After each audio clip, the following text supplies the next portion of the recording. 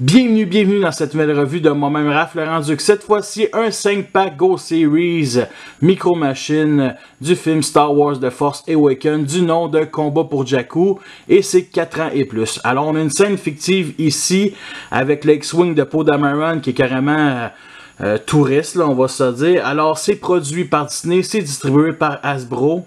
Orlando nous indique les vaisseaux et les personnages qui nous vont avec. Alors on a le Faucon Millennium en or, le Star Destroyer écrasé, un X-Wing de la Résistance, un TIE Fighter des Forces Spéciales du Premier Ordre, le Speeder de Rey et bien entendu Finn FN 2187 et Kylo Ren. Alors on nous montre aussi qu'ils sont offerts séparément, genre de mallette ici pour venir stocker nos propres micro-machines que j'ai déjà vu en magasin mais qui ne m'intéressent pas.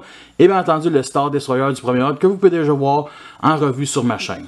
Voici le premier que je vous présente, le Star Destroyer Crashé. Alors c'est la raison principale pourquoi j'ai acheté ce 5-pack là.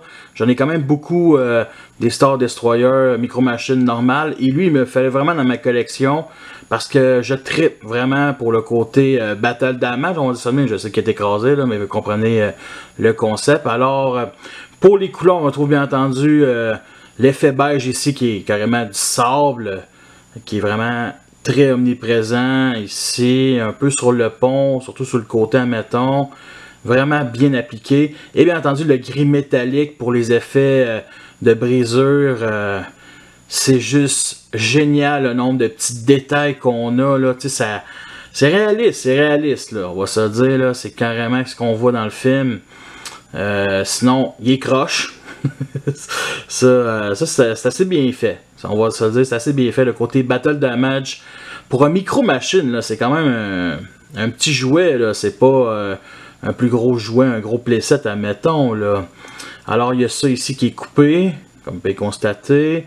Bien entendu, il y a du gris, qui est sa couleur principale. Personnellement, j'aurais pas détesté que la petite boule ici, une des deux boules, puisse, on va dire, être enlevée. Ça aurait été déjà beaucoup mieux. Sinon, il y a le pont qui veut partir d'un bord. Et bien entendu, ils ont décidé de laisser les réacteurs des couleurs de base bleu ici. Puis, ils n'étaient pas obligés, là. C'était pas nécessaire tant qu'à moi.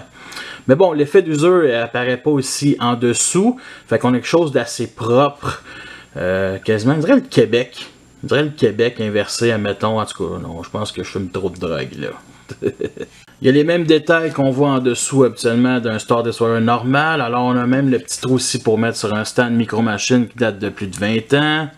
Et une petite comparaison avec un vrai Star Destroyer. Le deuxième à vous présenter, c'est le Speeder de Rey qui est nouveau dans ma collection. Alors, la forme du Speeder m'a jamais vraiment fait triper. Je mentirais pas, je dirais un étui à scellage gigantesque, très épais, ou un étui à savon, là, dans une douche tout simplement.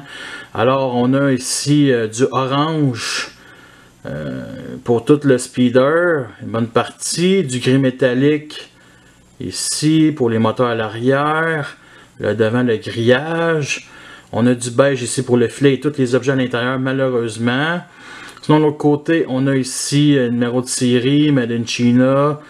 Et bien entendu, Rey ici, qui est avec son habit gris, avec aucun détail sur le visage, malheureusement. Et en dessous, on a le petit trou pour mettre sur un stand micro-machine. Que voici. Et une comparaison avec Luke sur sa motojet. Alors, si vous me connaissez, vous savez que les Go Series me font pas vraiment triper. Le seul avantage de l'avoir de cette couleur-là, c'est tous les détails qui ressortent. C'est juste effrayant. Alors, en dessous, on a le numéro de série ici. Le petit trou pour mettre sur un stand. Et une petite comparaison avec le modèle original. Alors, voici le TIE Fighter des Forces Spéciales du Premier Ordre que je vous ai déjà présenté dans plusieurs revues. Alors, ces détails m'impressionnent toujours autant. Ici, genre le hublot en forme de toile d'araignée, la tache rouge. Ici, les deux points rouges pour les effets de laser, les antennes ici, les détails sur les panneaux solaires. Ici au centre, des petites lignes par-ci par-là. Sinon, à l'arrière, on a ici l'autre petite fenêtre avec des canons. Vraiment impressionnant. Sinon, le petit trou ici pour mettre sur un stand micro-machine. Et avec un TIE Fighter normal du Premier Ordre, que lui aussi ses ailes sont très croches. Et le dernier véhicule à vous présenter, c'est un X-Wing de la Résistance normal, que je vous ai déjà montré dans plusieurs revues, je crois. et qu'il va en avoir d'autres dans les prochains mois. Alors, on a ici du silver pour le cockpit, du noir, un gris pour toute la partie du véhicule, du bleu ici, un peu partout sur les ailes. Et bien entendu, il y a les mêmes défauts que ceux que je vous ai déjà présentés. Les canons ici qui partent de 42 000 directions, comme ça, un petit peu dommage. Assez spécial les ailes ici. Aucun détail sur les réacteurs à l'arrière malheureusement. Manque un petit peu de détails. Je pense que c'est mon quatrième bleu là, pour de vrai. Là. Et bien entendu le petit trou ici pour mettre sur un stand Micro Machines. Et une petite comparaison avec le X-Wing des Rebelles. Alors un petit close-up sur la petite mini figurine qui nous va avec, qui est carrément Kylo Ren sans son casque. Ici, on sait qu'il a arrêté le tir de même sur Jakku, par contre il y avait son casque. Alors c'est vraiment une petite figurine qui est destinée pour l'autre planète là, avec des arbres là, tout simplement.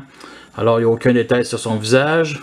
Et voici l'autre figurine qui est fine. Alors il y a bien sa tache rouge sur son casque. Ça j'apprécie vraiment le petit détail. Mais bon, sans cette tache là c'est carrément un Stormtrooper normal. Et je trouve que la grosseur de ces mini-figurines fit parfaitement avec le speeder de Rey. Nous sommes rendus à la fin de cette revue, j'espère que vous l'avez apprécié, vous avez vu les pour et les contre. C'est un set que je vous recommande, seulement si le Star Destroyer écrasé vous intéresse, parce que les autres, on peut déjà les trouver dans d'autres packs, à part le Faucon Millennium doré aussi, puis anyway, un X-Wing et un TIE Fighter de plus dans ma collection, pourquoi pas.